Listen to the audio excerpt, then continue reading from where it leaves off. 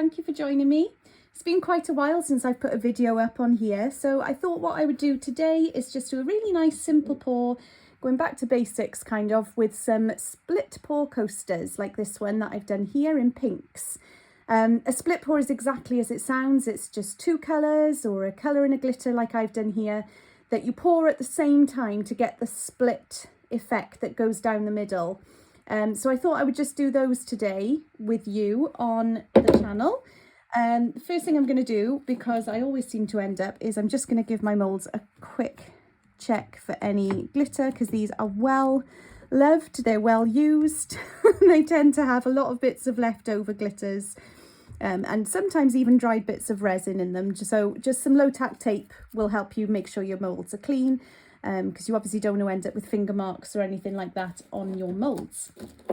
The resin I'm going to use today is my favourite, Apex from Just For You online. I'm going to be using the high gloss today, which is beautiful for coasters because it has exactly that. This one was made with high gloss and it has such a phenomenal shine. You can see the shine there. And it's heat proof up to 90 degrees, so it's great for coaster pours. Minimal bubbles, low viscosity, so it's going to be lovely for getting into all the edges of the coasters. And yeah, let's get pouring. Okay, so I've measured out 150 ml of resin and 150 ml of hardener. Your resin may have part A, part B, and it may be measured by weight instead of volume. The Apex resins are generally should be measured by volume, but again, check the mixing instructions for yours. One of the questions I get asked a lot is, why is my resin sticky, or why is my resin not cured properly? And I would say 8 times out of 10, it's because either the resin's not been measured properly or it's not been mixed properly. This was something I learned very early on in my resin journey, when I had many a resin failure because I hadn't actually taken the time to measure it completely accurately. So this is a graduated mixing cup. It's got the measurements up the side, and just be as accurate as you can. And you want to mix it really, really well, taking care as well to scrape the sides of the pot. You want to mix for about 3 minutes, but the key is going to be to look at your resin, which I don't know if you can see at the moment. It's really streaky, it's quite cloudy, it doesn't have that absolute crystal clear clarity, not great with my words today, that we want. So we just need to keep mixing, we need to keep scraping the sides, scraping the bottom, until all those streaks disappear. The reason we're scraping the sides is because resin has a tendency to stick to the sides of your cup, and you want to bring it in from the sides and get it incorporated with the hardener to get it fully combined. If you don't do that, you can end up with those sticky patches, or in some cases you'll end up with a make that doesn't cure at all, or you'll even end up with patches that have got some areas cured where the resin was mixed, and then some areas that are still liquid where the resin wasn't mixed. So just take the time to really mix it. You know, you don't want to whip it up. It's not like baking. You just want to stir nice and slow and just bring that resin into the middle and combine. And you'll notice that I do this quite a lot as well. You don't have to do it. It's just I find this is a nice way of bringing resin up from the bottom and combining it with the stuff at the top, just to make sure that it's fully mixed. I always compare mixing resin to kind of like baking. Except the opposite with baking. You want to get as much air into your mix as possible. This is the opposite. You don't want to encourage bubbles. So just keep it nice and steady. But you'll see that the Apex resins are pretty much bubble free, and the bubbles that are there will rise to the top on their own. The Apex resins have fab bubble releasing technology, so the bubbles will rise and you can just pop them with a long handled lighter, or sometimes, you know, they just pop on their own. It helps if you warm your resin first as well, which I've done. Not your hardener though, don't warm your hardener, just your resin. So this is real time. You can see it's not a slow process, but it's not, you know, it's not, that's not what I'm trying to say. Oh goodness me, I'm talking a bit of gibberish here. I don't know what I'm trying to say. I'm just trying to say, take your time, basically. Oh dear. I'm got the house to myself for the first time in ages, and I think it tells. I don't really know what I'm doing. Sometimes I like to change direction as well, just to mix it up a little bit, you know, and bring the resin in. But you can see I'm really scraping, and I don't know if you can see, but the clarity of the resin now is pretty much consistent. I can't see many streaks, maybe the odd one, and this is why you really scrape. Yeah, I can see that I've just brought a couple into the middle. So just really scrape the sides. Don't forget to scrape the bottom as well, and then bring it up. Like I said, about 3 minutes. I think I've gone slightly longer than 3 minutes, but you just want it to be really nicely mixed so that you get a really good cure on your resin. So the split pour coasters I'm doing today, I am doing a mix of colour and glitter. But instead of pinks, I'm going for teals.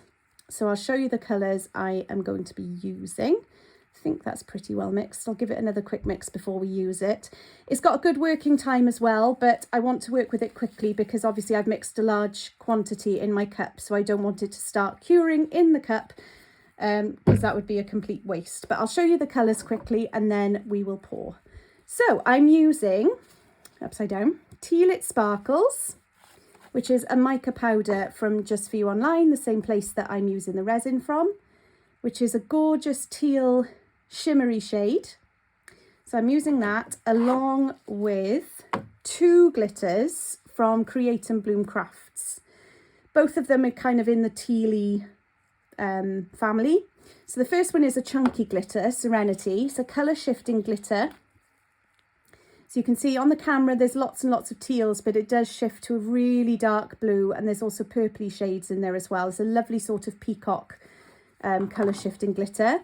And then the other one that I'm using is a finer glitter. I like using a mix of chunky and fine because you get a nice dispersion. This one is called Allure.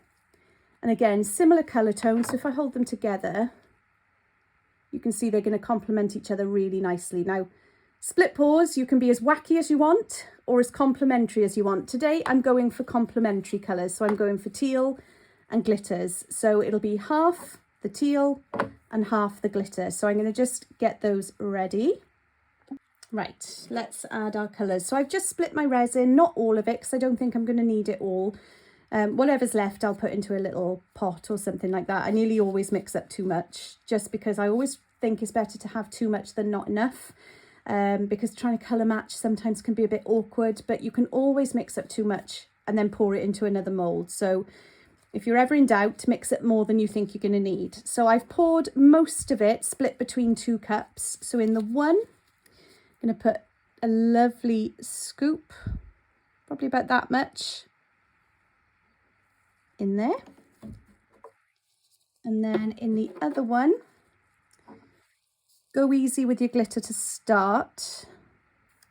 Again, too much pigments or too much glitter can affect the cure of your resin. You can always add more to get the sort of, I mean, if you don't want much glitter, if you don't want it to be packed with glitter, then go sparingly.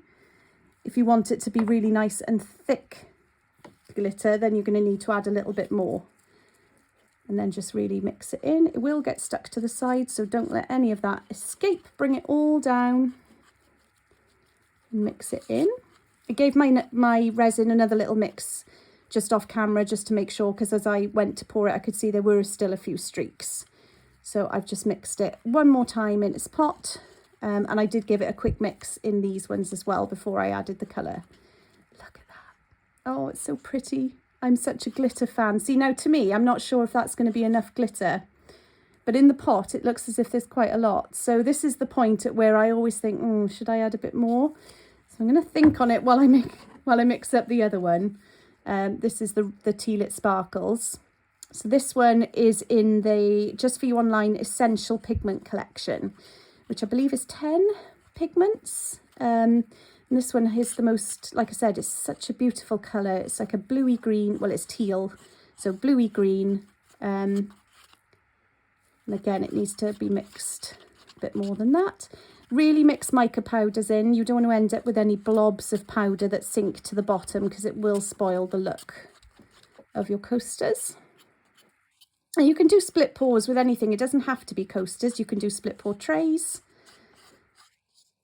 Most things will work with a split pour. Might need a bit more in there as well. That's what I mean. If you go light to start with, you can always add a little bit extra after. You don't want to go overboard at the start, because go back to baking or cooking, you can always add, but you can't take away. It's like salt. Oh, I don't know what I'm talking about really. Right, I am going to add a little bit more glitter in here.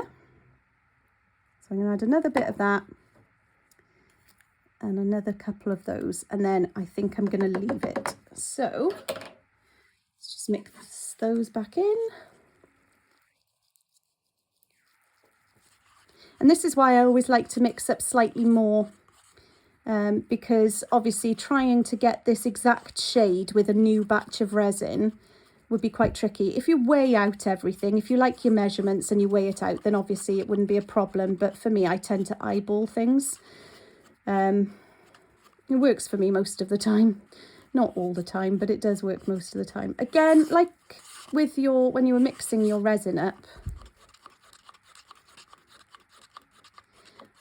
just really scrape the sides.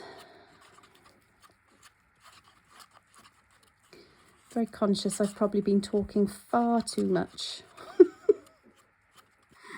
Okay, so that's that one. And this one.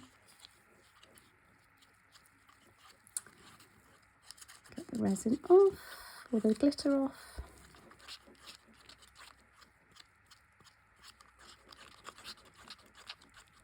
Right. Okay. Time to do our split pour.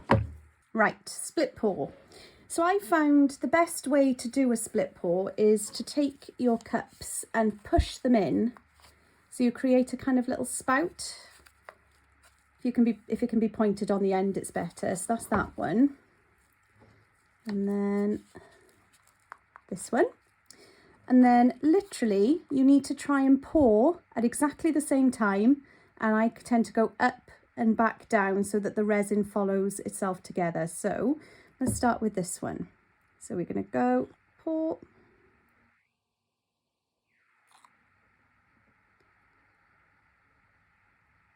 And then wait for the drips. And then same with this one. So I'm kind of pushing the resin up and down at the same time. It's like a synchronized movement, because I find it helps keep your pour even. You haven't got to do it this way. This is just the way I tend to do mine. And if you do find that you've poured too much of one side, just top it up with a bit more of the other one.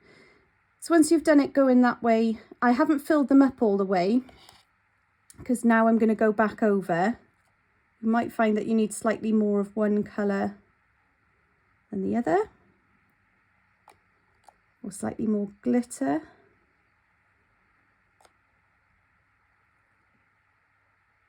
You can see these are going to look really pretty, I think.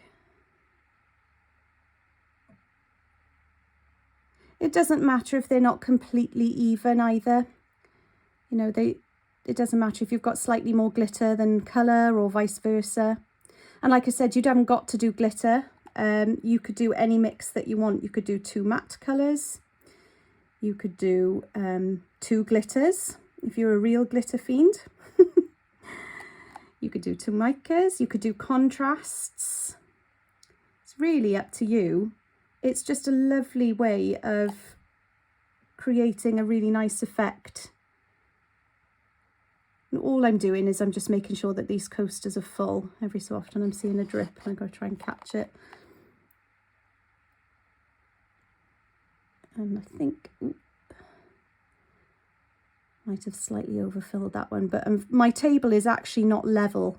So when I move this, the reason I'm working on a tray is I haven't got a workstation that I can leave things. So I work on a tray and then I move it to an area that is level. It's not the best setup, but it's what I have for now. So once you've poured, I usually give it a couple of minutes and then I'll go over with my long handled lighter just to torch any bubbles. But that's it really. That's how we do a split pour. I'm going to leave these to cure now. They're going to need to cure overnight.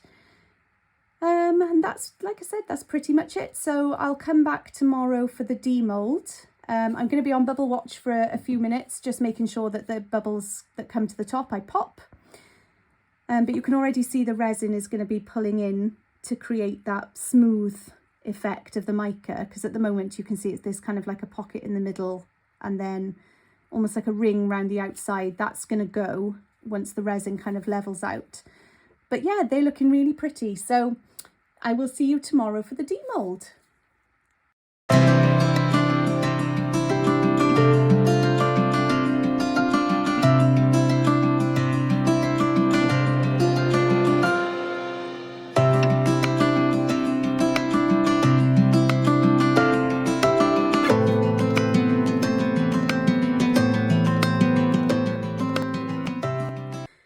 It's the next day and it's demold time. They're lovely and set and gorgeously shiny on the back, as you can see. So we're going to demold, and then the sun is shining here today, so I'll take them out and we can see the sparkle in the sunlight.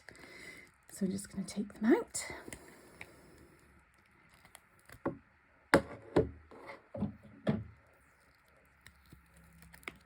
They look as pretty on the front as they do on the back. Hopefully they will. Last one. Okay, so we take this one.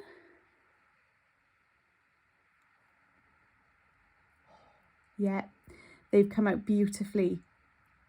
Really pleased with that. I think the colours are really complementary. That's why I'll take them outside, because indoors you simply can't see the shimmer of the Teal It Sparkles mica powder, and it also doesn't do this glitter justice. So we'll turn over all the others. Hopefully they're all the same. No bubble marks at all.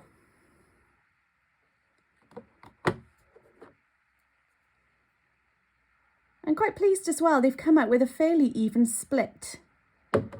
Sometimes, despite my best intentions, I do end up with one side more dominant than the other, but I think these have come out fairly evenly. So let's take them outside and have a look in the sun.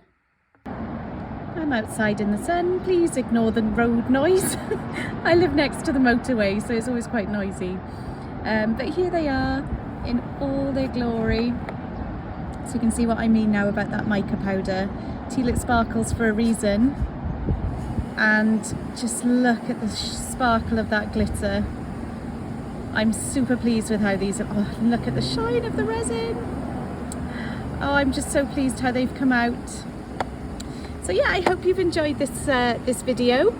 I'm hoping to put up more like these. Just nice simple pours, but really effective results. So if you have enjoyed, then please do subscribe, and I will see you soon. Thank you. Bye.